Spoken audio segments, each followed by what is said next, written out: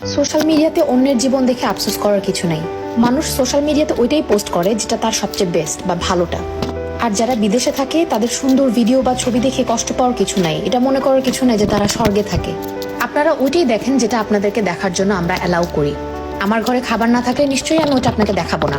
সারাদিন কাজ করার পর ক্ষুধা পেটে বাসায় আসার পর যখন কোনো খাবার থাকে না, রান্না করার পর আরো 2 ঘন্টা ওয়েট করতে হয় খাবারের জন্য, এই কষ্টটা শুধু তারাই বোঝে যারা বিদেশে থাকে। আর দেশে ওই প্রিন্সেসের জীবনটা ফেলে যখন মানুষ বিদেশে আসে তখনই বাস্তবতাটা হারে হারে টের পায়। আর যারা বিদেশে থাকে তাদের যে কি কষ্ট, ঘরে বাইরে সমান তালে কাজ করতে হয়, এটা আপনি যতক্ষণ না পর্যন্ত বিদেশে আসবেন ততক্ষণ পর্যন্ত আপনাকে বোঝানো সম্ভব না। আর সারা সপ্তাহ ঘরে বাইরে কামলা দেওয়ার পর যখন উইকেন্ডে একদিন আপনি ঘুরতে যাবেন, ওই একটা ছবি বা ওই একটা ভিডিও দেখে মানুষ মনে করবে, বাহ, উনি তো মনে হয় স্বর্গে থাকেন, একটা প্রিন্সেসের জীবন। কিন্তু ভাই, জীবনটা তো সহজ না। অবশ্যই ভালো আছি আলহামদুলিল্লাহ। আর আপনি তখনই ভালো থাকবেন যখন আপনি আপনার নিজের অবস্থান নিয়ে হ্যাপি থাকবেন। যাই হোক, আজকে রান্না করলাম আলু দিয়ে ডিমের তরকারি।